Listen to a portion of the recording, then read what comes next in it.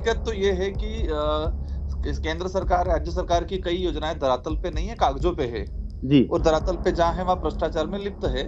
तो जब भी केंद्र में अगर फुल फ्लेज सरकार बनती है, तो वो जी, तानाशाही करती है, वो कांग्रेस हो या भाजपा हो। जब भी गठबंधन की सरकारें बनी हैं, तो ही इस देश के आम गरीब हित में कानून आए हैं। जिस तरह से आज वित्त मंत्री जी को बांसवाड़ा या राजकुमार ओझा या भारत आदिवासी पार्टी का नाम जो याद रहा है, देश के लोकसभा के अंदर 543 सांसद हैं। जी, वो एकदम याद नहीं रहा है, हमने संघर्ष किया है यहाँ पर। उनको जी, एहसास कराया है कि हमारी उपस्थिति यहाँ है। हमारे जो मुद्दे हैं, वो मुद्दे ना कांग्रेस उठा पाती है, ना बीजेपी उठा पाती है। जी। क्योंकि वो बड़े-बड़े मुद्दे आम धरातल पे ये लोग रहते ही नहीं है, ये लोग मीडिया तक ही सीमित रह पाते हैं। भारत आदिवासी पार्टी के रोत जी बैठे, उनके लिए भी एक विषय मैं सामने रखना चाहती हूँ। कल बहुत ही मन में दुख के साथ बोले, उनके डिस्ट्रिक्ट बांसवाड़ा और उनके क्षेत्र में इतना फैसिलिटी नहीं मिल रही है, हमें अटेंशन नहीं मिल रही है और छोटे पार्टी के सदस्य हैं, इसीलिए कोई हमें सुनता नहीं। मैं ये आश्वासन दिलाना चाहती हूँ, कोई एक भी छोटे पार्टी या इन निर्दलीय सदस्य का हम बिना सुने बैठे नहीं है, सुनते हैं, रेस्पॉन्ड भी करते हैं और उनका क्षेत्र के ऊपर ध्यान भी रखते हैं। जी, नमस्कार साहब। जी, नमस्ते। सर एक विषय में जानकारी चाहिए थी। हाँ, हाँ। सर कल का एक वीडियो प्राप्त हुआ जिसमें हमने देखा कि निर्मला सीतारमण जी जो वित्त मंत्री है, वो हाँ आपके जी। नाम से संबोधन करती हुई दिखाई दे रही है हुँ, हुँ। कि राजकुमार जी को भी कुछ मौका रखने के लिए ना? मिलेगा और बांसवाड़ा बढ़िया। का भी हम विशेष ध्यान रखेंगे। आदिवासी बाहुल्य क्षेत्र है, उसमें हमने बहुत सारी परियोजनाएं चालू करी है। पर जब हम जमीनी हकीकत देखते हैं तो वो उसके उलट पाई जाती है। इस पर क्या पटिया कहना मतलब चाहते हैं? पटिया उस वाला बैग में देखना। एक्चुअली जिस तरह से कल वित्त मंत्री माननीय सीतारमण जी ने बांसवाड़ा का और भारत आदिवासी पार्टी का जिक्र किया, जी, वो जिक्र इसलिए किया कि जब बजट केंद्र का जो बजट आया और बजट के बाद अभी सप्लीमेंट्री जो बजट आया था, जी, उसमें मैंने गंभीरता से बात रखी थी कि आप पूरे देश को कहते हो कि अमृतकाल, हाँ, 1900 मतलब 2047 तक, मतलब 2047 में विकसित भारत बनाने का आप कल्पना ज़रूर करते हो, जी, लेकिन एक तरह देखा जाए कि देश के आदिवासी बाहुल्य क्षेत्र को आप नज़रअंदाज करते हो।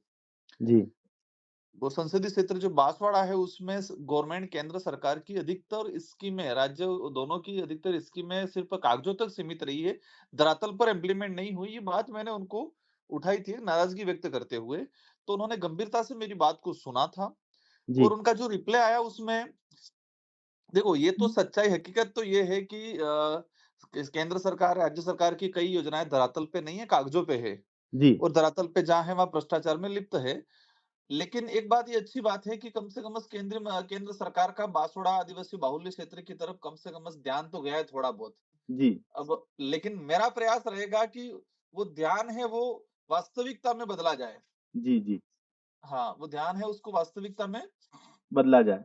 बदला जाए। उन्होंने जल जीवन मिशन का हवाला दिया जी, कि 2019 से पहले जो कनेक्शन थे और हमने 2019 से अब तक 10 गुना बढ़ा दिए हैं।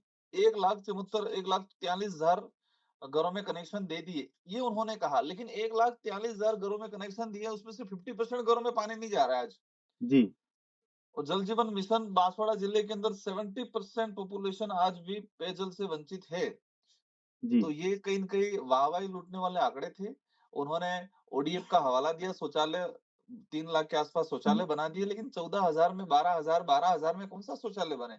कागज़ों में शौचालय बने हुए हैं, हकीकत में धरातल पे शौचालय नहीं बने हुए हैं। तो जी, सरकारों की योजना, जल जीवन मिशन हो, स्वच्छ भारत मिशन हो, ये सारी योजनाएँ धरातल पे कहीं न कहीं विफल होती हुई नज़र आ रही है। तो फिर भी वित्त मंत्री जी का इस क्षेत्र की ओर ध्यान गया, ये बड़ी बात है। और क्षेत्रीय पार्टियां को हमने कहा कि भाई आप क्षेत्रीय पार्टी इस देश के लोकतांत्रिक व्यवस्था जो है उसमें एक खूबसूरती बढ़ाने का काम करती है, उसके महत्व, लोकतंत्र के महत्व को बढ़ाने का काम करती है। जी। और कल ये उन्होंने एहसास अपने आप में किया कि क्षेत्रीय पार्टियों को विगत सुनेंगे 2-3 और दिन से हम तवज्जो देख देंगे। रहे हैं कि क्षेत्रीय पार्टियां जो है, वो ज़्यादा ही खूबसूरती बढ़ा रही है पूरे देश की। अभी हमने देखा ओवैसी जी का बयान भी आया, फिर आपने जिस तरह से नाराज़गी व्यक्त करी थी और गृह मंत्री को भाषण अपना रोकना पड़ा। उनको कहना पड़ा कि राजकुमार बैठ जाओ, आपकी बात सुनी जाएगी। और साथ में हनुमान जी बेनीवाल भी हमेशा अपने बयानों की वजह से चर्चा में रहते हैं। आप 3-4 जनों की जो जोड़ी बनी है, ये क्या एक मुख्य विपक्ष की भूमिका निभा रही है? कांग्रेस हर बार की तरह मौन है हर विषय पर। देखो, हम लोग ही क्षेत्रीय जो पार्टियां है वही पार्लियामेंट लोकसभा की कोरम पूरी करने का काम करते हैं। हम लोग वहाँ मेहनत करते हैं। हम लोग 11 बजे से लगा के रात के 8-9 बजे तक, 10 बजे तक पार्लियामेंट चलता है, तब तक हम लोग वहाँ डटे रहते हैं, बैठते हैं। सरकार की कमियां होती है उसकी हम आलोचना भी करते हैं लोकतांत्रिक तरीके से। जी, और विपक्ष की भी, अगर विपक्ष जो कांग्रेस है उसका भी कुछ बात है तो उसकी खानापूर्ति करने का काम हम लोग करते हैं। जी, तो ये क्षेत्रीय पार्टियां जो हैं, हम अगर आजादी के बाद से अब तक के इतिहास में अगर देखेंगे, तो जब भी केंद्र में अगर फुल फ्लेज सरकार बनती है, तो वो जी, तानाशाही करती है, वो कांग्रेस हो या भाजपा हो। जब भी गठबंधन की सरकारें बनी है, तो ही इस देश के आम गरीब हित में कानून आए हैं, जैसे कि रोजगार गारंटी अधिनियम, खाद्य जी, सुरक्षा अधिनियम, सूचना का अधिकार अधिनियम, निःशुल्क शिक्षा का अधिकार अधिनियम। ये जितने भी जो आम गरीब दलित पिछड़े मतलब गरीब तबके के हित में, जो आम जनता के हित में जो कानून आए हैं, वो क्षेत्रीय पार्टियां जब भी गठबंधन में रही है, क्षेत्रीय पार्टियों का बलबला रहा है, तभी ये कानून आए हैं। क्योंकि नेशनल पार्टियां नेशनल मुद्दे छोटे मोटे उद्योगपतियों तक सीमित रह जाते हैं। आम गरीब की आवाज हर क्षेत्र की भावनाओं को पार्लियामेंट तक पहुंचाने का काम राष्ट्रीय पार्टियां नहीं कर पाती है। वो काम सिर्फ क्षेत्रीय पार्टियां होती है, वही कर पाती है चीज को। जी। अच्छा, अब एक अंतिम और आखिरी सवाल। अब तक जो भारत आदिवासी पार्टी है, उसने राजस्थान में दोनों ही पार्टियों के लिए, मुख्य पार्टियों के लिए एक मतलब बिल्कुल उनकी आँखों का वो बन चुके हो आप। अ, अब जब राजकुमार जी अकेले ही हैं दिल्ली के अंदर, लोकसभा के अंदर, और वो वहाँ पर जाकर अपनी बात रखते हैं, गृह मंत्री भी आपकी पार्टी का नाम लेते हैं, निर्मला सीतारमण जी भी आपकी पार्टी का नाम लेती है। तो भारत आदिवासी पार्टी जयपुर तक सीमित ना रह के दिल्ली तक अपना बोलबाला जो बजा रही है, क्या माना जाए कि आने वाले समय में आपका प्रतिनिधित्व और बढ़ेगा विधानसभा में और लोकसभा में? देखो, क्षेत्र की जो मेरे संसदीय क्षेत्र बांसवाड़ा डूंगरपुर की जनता ने रात दिन मेहनत करके मुझे कहे कि मेरे पास कोई बड़े साधन संपन्न नहीं था, फिर भी जनता ने मुझे एक तरफा जीत दिलाया है। तो मेरा प्रयास रहता है रात दिन क्षेत्र की जनता की आवाज को यहाँ तक पहुंचाने का। और ये जिस तरह से आज वित्त मंत्री जी को बांसवाड़ा या राजकुमार रोध का या भारत आदिवासी पार्टी का नाम जो याद रहा है, देश के लोकसभा के अंदर 543 सांसद हैं, जी, वो एकदम याद नहीं रहा है। हमने संघर्ष किया है यहाँ पर, उनको जी, एहसास कराया है कि हमारी उपस्थिति यहाँ है। हम हैं यहाँ पर जो आदिवासी दलित पिछड़ों का प्रतिनिधित्व करने आए हैं। जो हमारी पार्टी की विचारधारा है वो देश हित, आम हित के लिए है।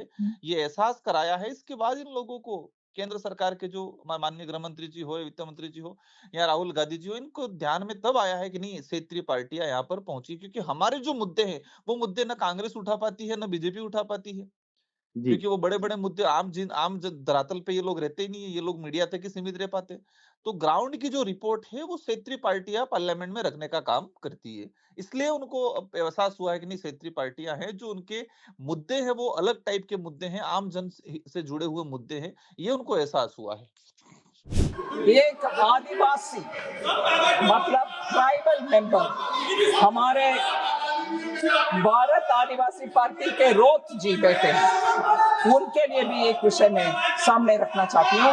कल बहुत ही मन में दुख के साथ बोले, उनके डिस्ट्रिक्ट बांसवाड़ा और उनके क्षेत्र में इतना फैसिलिटी नहीं मिल रही है, हमें अटेंशन नहीं मिल रही है, और छोटे पार्टी के सदस्य है, इसीलिए कोई हमें सुनता नहीं।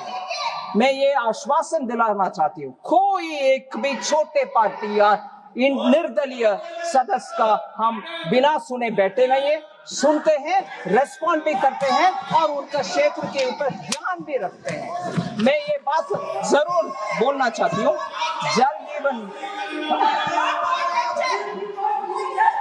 सर, जल जीवन मिशन बांसवाड़ा के लिए 1.47 lakh rural households now have tap water connections, which is 10 times more than 2019. 2019 से आज तक कंपेयर करो, 10 गुना जल जीवन मिशन आप तक पहुंचा है। 1.47 लाख हर घर जल।